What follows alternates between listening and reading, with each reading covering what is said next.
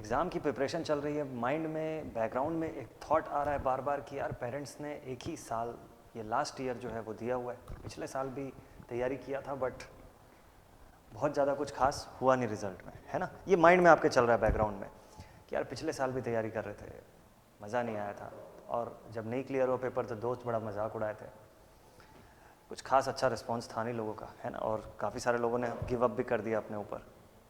क्या इस साल भी ऐसा ही हो जाएगा क्या? What is going to happen? Hello everyone, welcome to Advait Education AE&J Exams।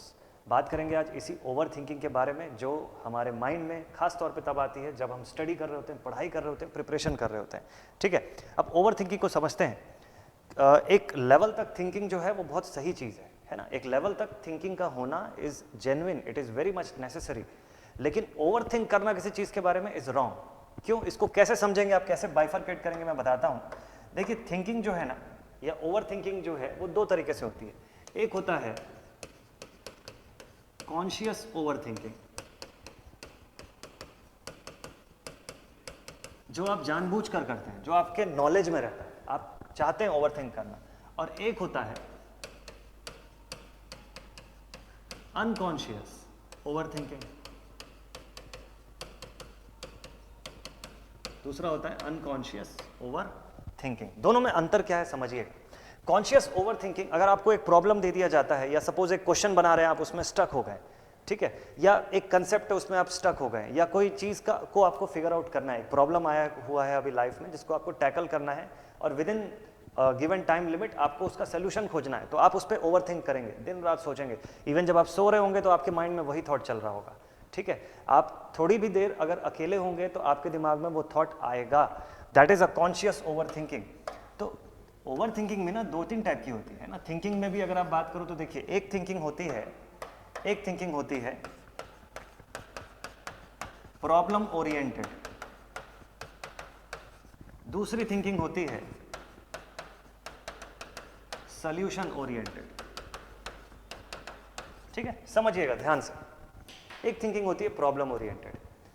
आपको सपोज कर लीजिए आप किसी ऐसी जगह के यात्रा पे गए हैं, किसी ऐसी जगह घूमने गए हैं जिस जगह पर कुछ देर के बाद पानी नहीं मिल रहा है आपको। ठीक है, आपके पास कोई पानी की बोतल नहीं है, आप पानी का बोतल कैरी नहीं किए हुए हैं, आप घूमने गए कहीं पे। ठीक है, तो अब सपोज करिए, मैं एक्चुअल में एक एग्जांपल अपने लाइफ से आपको ये बता रहा हूँ।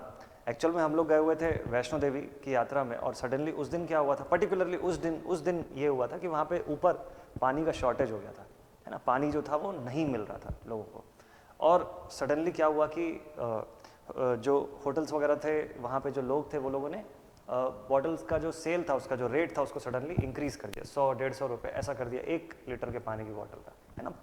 बहुत इशू हो गया था सडनली, बस उसी दिन ऐसा दिक्कत हुआ। तो अब इसमें दो चीज़ें आती है माइंड में। एक प्रॉब्लम ओरिएंटेड थिंकिंग, जिसमें कि हम नेगेटिव डायरेक्शन में ज़्यादा बढ़ते हैं कि भाई पानी नहीं मिला, तो आपने पैसे नहीं रखे हुए हैं तो कैसे आप फिगर आउट करेंगे, फिर तो पानी नहीं मिलेगा, आप इतना दूर हैं, इतने ऊपर हैं, इतने हाइट पर हैं, ठीक है, पूरी फैमिली आपके साथ, लोग हैं, कैसे सब होगा, कैसे सर्वाइव करेंगे, क्या होगा। ठीक है, second is solution oriented thinking. आप सोच ही रहे ना, देखिए आप प्रॉब्लम ओरिएंटेड थिंकिंग करेंगे भी तो उससे कोई रिजल्ट नहीं निकलना है, कोई रिजल्ट नहीं निकलना है। इनफैक्ट उससे नेगेटिविटी आएगी, उससे डिप्रेशन होगा, और कुछ कर पाने की क्षमता जो है आपकी वो कम हो जाएगी।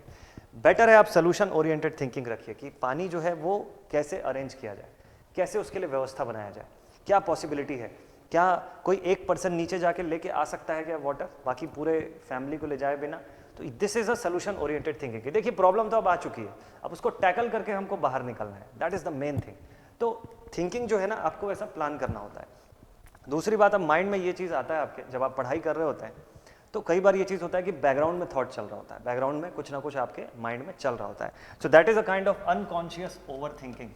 देखिए, एक लिमिट तक किसी चीज़ के बारे में सोचिए और डिसीजन लीजिए। इंपॉर्टेंट है, आप करियर का सिलेक्शन कर रहे हैं, आपने डिप्लोमा किया हुआ है, उसके बाद सर बी टेक मुझे करना चाहिए नहीं करना चाहिए, या कर रहा हूँ तो मुझे कौन से स्ट्रीम में जाना चाहिए, डबल ई में जाना चाहिए, ईसी में जाना चाहिए, किस स्ट्रीम में, दैट इज गुड।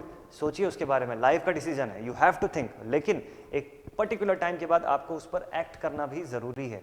एक टाइम के बाद थिंकिंग को डिसीजन में कन्वर्ट करना ज़रूरी है। बेस्ट सोचिए आप, और उसके बाद डिसीजन ले लीजिए, और एक बार डिसीजन ले लिया फिर उसके बारे में दोबारा सोचने की नीड नहीं है आपको, है ना। हम कई बार पढ़ रहे होते हैं, कई बार कोई स्टडी कर रहे होते हैं और पास्ट में चले जाते हैं, थोड़ा सा टाइम हमको फ्री मिलता है, हम पास्ट में चले जाते हैं, पास्ट की गलतियाँ, पास्ट की चीज़ों को हम माइंड में चलाते रहते हैं।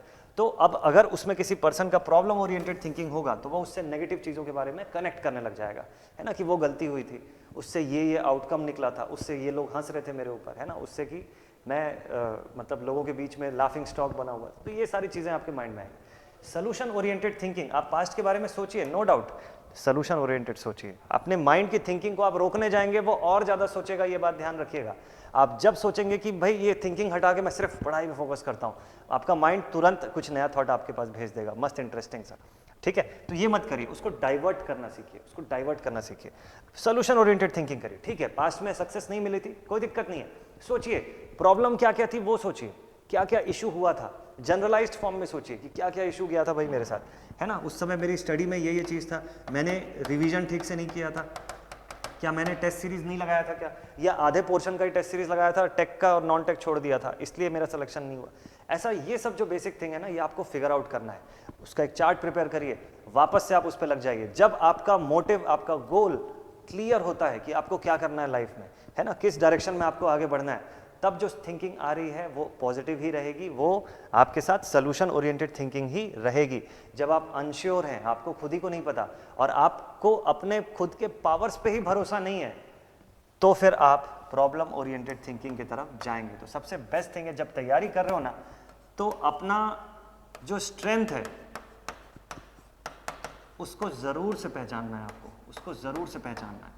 आपको ये पता होना चाहिए कि यार आप पढ़ रहे हो ना, आप 4 घंटे भी अगर आपको लगता है पढ़ने में ना, तो उस 4 घंटे के बाद, उस 4 घंटे की स्टडी के बाद वो टॉपिक आपका रॉक सॉलिड होने वाला है, एकदम ज़बरदस्त होने वाला है, मतलब उसमें कोई हिला नहीं सकता आपको, उसका कंसेप्ट एकदम ज़बरदस्त आपका बिल्डअप हो जाएगा।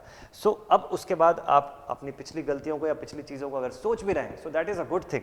आप सोल्यूशन ओरिएंटेड सोचेंगे, आपको दिखेगा कि क्या क्या मिस्टेक रह गई थी जो इस बार नहीं रिपीट करनी है आपको, ठीक है। So this is a kind of solution oriented thinking. So over thinking आएगी लाइफ में, ठीक है, कोई दिक्कत नहीं। जब कभी भी ऐसा होगा कि अनकॉन्शियसली आपका माइंड बहुत ज़्यादा ओवर थिंक कर रहा है, तो डिस्ट्रैक्ट करिए उसको, अपने गोल्स याद दिलाइए खुद को। स्टिकी नोट में आपके स्टडी टेबल के सामने जो लिखी हुई गोल्स हैं, लाइफ में क्या अचीव करना है, जो आपने प्लान किया हुआ है, क्यों ये पढ़ना शुरू किया, क्यों अलग से आप मेहनत कर रहे हो जब आपके बाकी दोस्त बाहर घूम रहे हैं, चौपाटी पे एंजॉय कर रहे हैं इवनिंग स्नैक्स, आप क्यों पढ़ाई करने लगे, उस रीज़न को हमेशा याद रखिएगा।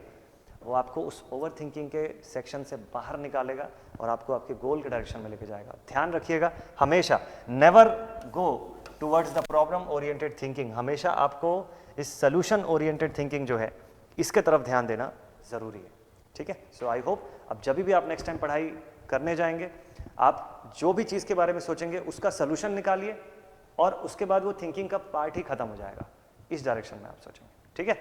सो मस्ट टाइप से लाइफ में बढ़िया से चीज़ों को प्लान करिए, अच्छे वे में आप स्टडी करिए और ज़ोरदार अपना बेस्ट जो है वो आउटकम आपको देना है, ठीक है। तो ऐसे ही मोटिवेटेड फॉर्म में बने रहिए, मस्त से पढ़ाई करिए। मिलते हैं आप सभी से नेक्स्ट वीडियो में। Thank you very much.